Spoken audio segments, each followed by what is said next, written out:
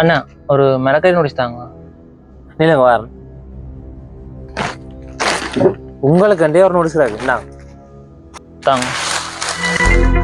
தம்பி இது மச்சமடா.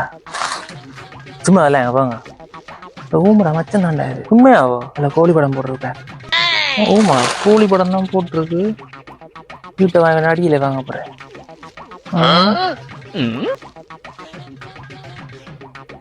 வீட்டு அடி வாங்கல அது.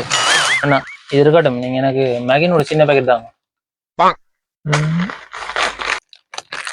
என்ன தாங்க என்னங்க. நான் போயிட்டு வரேன்.